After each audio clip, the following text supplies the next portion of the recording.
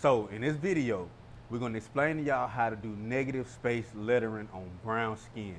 Two machines I'm gonna use is one, the Bishop 1 shader, and two, the FK Iron XION. Y'all stay tuned, you really don't wanna miss this because I've been seeing a lot of y'all doing it on Instagram and they be alright, but I'm gonna show you how to do it professionally. Y'all stay tuned, man.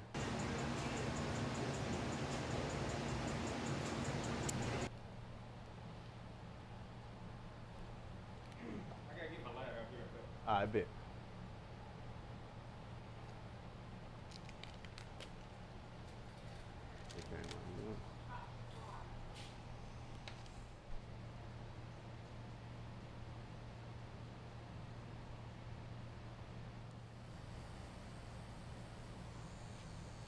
Back y'all for sure. So like I said, we're doing the negative space lettering today.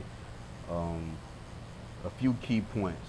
For one, yes, it's called negative space.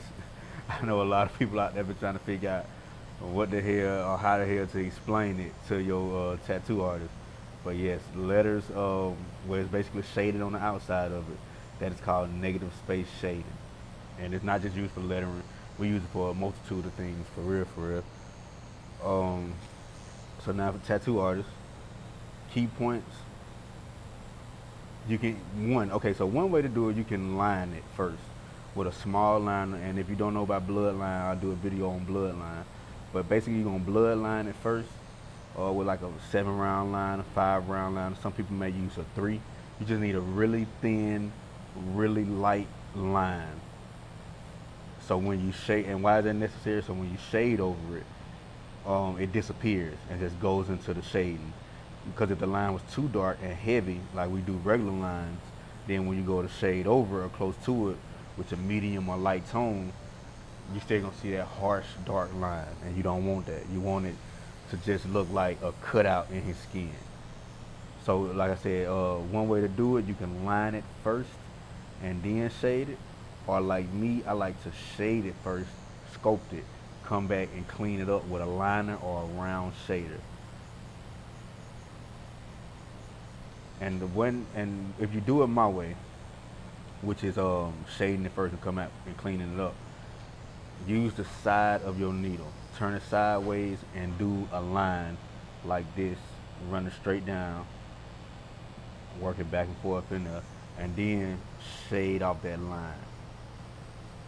You gotta get it not as sharp as a liner would, but to get it real close.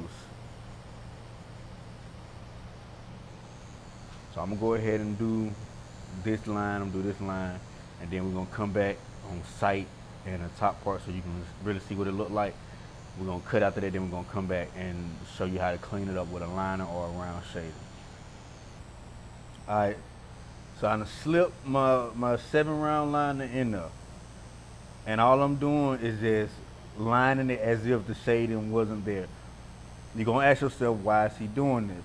So my logic is, it's harder to shade against the line that's already there than it is to create a line off the shading that you already have.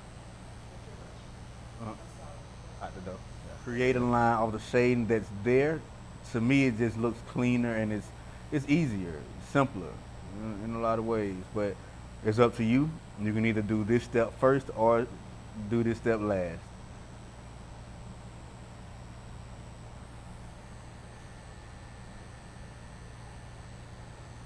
Clean every time. And now show you the drop shadows. So now you're gonna do your hard line work, like regular lines. Same needle. I'm just now dipping in my solid black ink for lining, or if you have a like a power black, works all the same.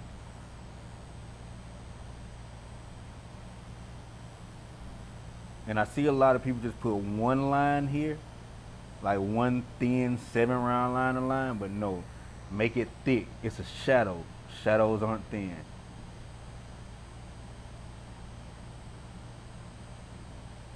So create a shape there, and there you go. Make it stand out a whole lot more.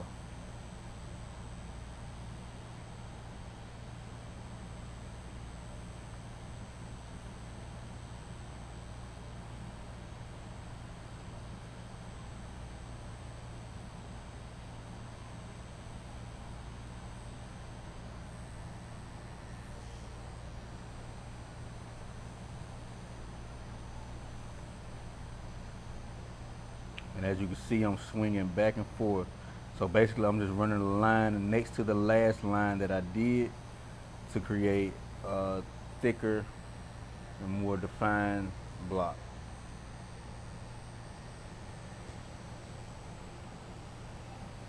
And all you're gonna do is just keep repeating the steps. No matter the tattoo, it always just has steps that you have to follow. And like life, you can't do one before you do the other. Ain't no shortcuts for real. But yeah. Step one, shade it with the medium light tone.